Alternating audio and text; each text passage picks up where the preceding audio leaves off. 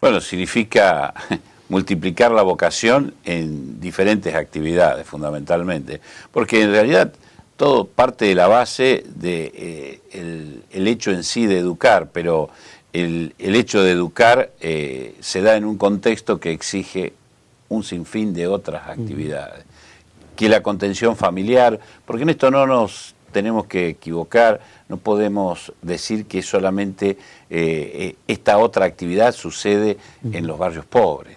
En el centro, en los lugares donde los alumnos tienen una situación mejor económicamente, también tienen problemas familiares, tienen problemas que el docente percibe, se da cuenta, tiene que contener. Y bueno, existe hoy una distancia cada vez mayor, podríamos decir así. Si antes la competencia era entre la escuela y la televisión, ahora la competencia es entre la escuela e Internet. Y los alumnos, en términos generales, ingresan a Internet y bueno, la escuela todavía no ha asumido Internet como no asumió la televisión. Quiso competir y no es, digamos, obviamente perdía. Entonces, todavía no asumió Internet.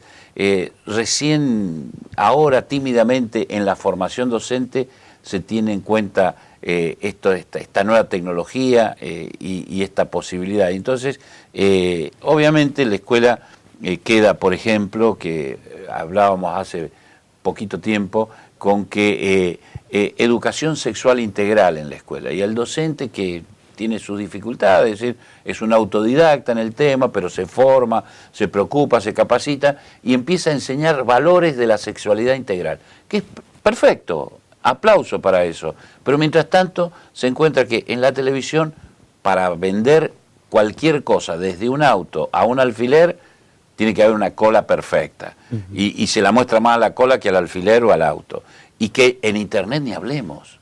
Entonces, en eso yo creo que el docente tiene que aguzar, digamos, su creatividad, a llevarla al extremo mayor, precisamente para inculcar estos valores. Sistematizar el conocimiento que le puede dar al chico Internet, porque no hay que negar Internet, pero hay que sistematizar el conocimiento para que precisamente sea más útil Internet a ese chico el día de mañana, a ese hombre. Y fundamentalmente darlo en un contexto cultural, de nación.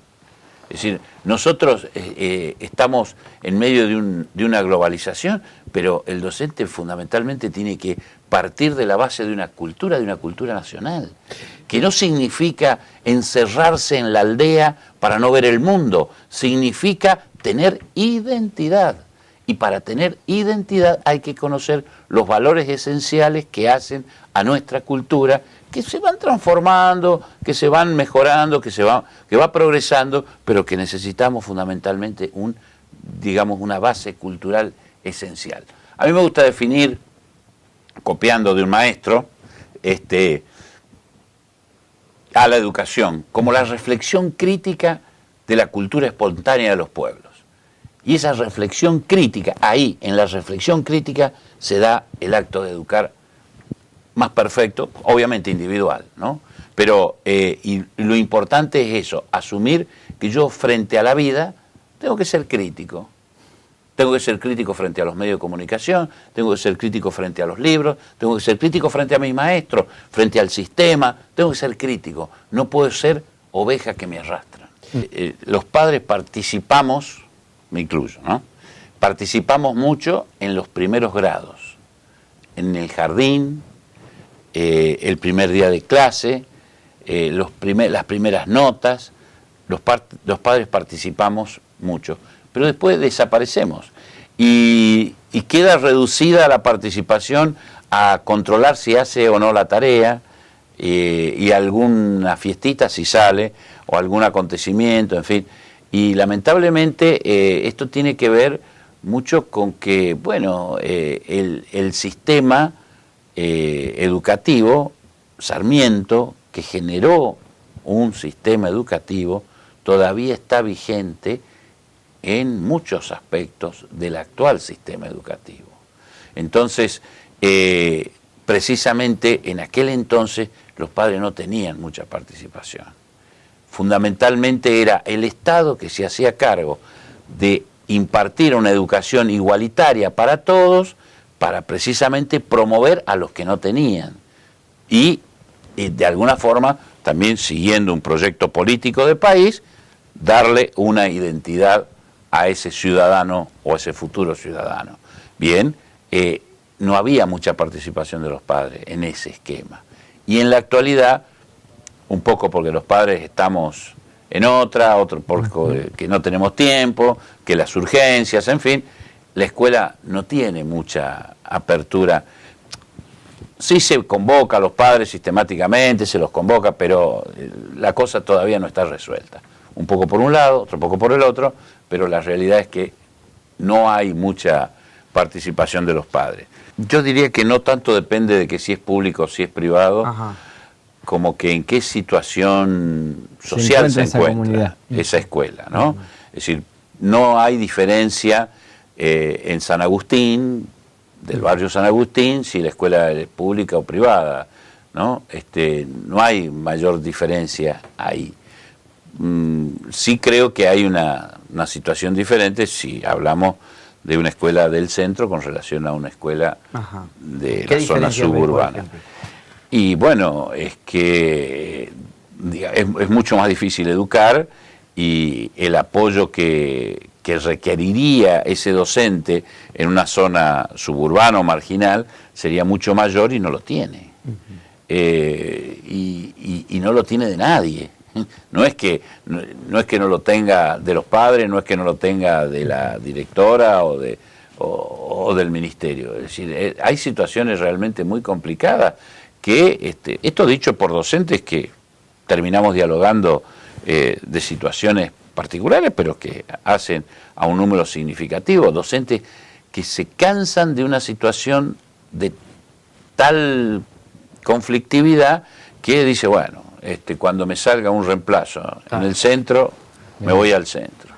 Y bueno, y esa situación, así como la conocemos nosotros, también la debe conocer el ministerio y la debe conocer mucha más gente, y sin embargo, y lamentablemente, hay muy poco apoyo a esos sectores. Es decir, las condiciones de educabilidad para los chicos, las condiciones de trabajo para esos docentes son realmente muy difíciles y muy difíciles de sostener en el tiempo.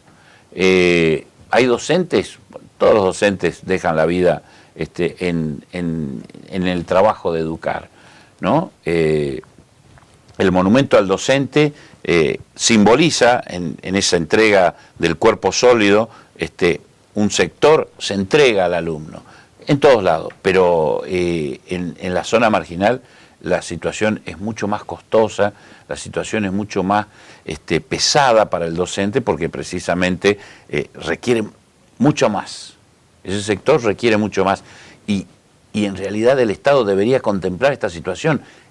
Esos chicos requieren mucho más de la escuela, porque no hay otra entidad que los convoque, no hay otra entidad en la que se pueda trabajar precisamente para que haya igualdad, para que haya promoción, para que hagamos una democracia en serio. Lamentablemente,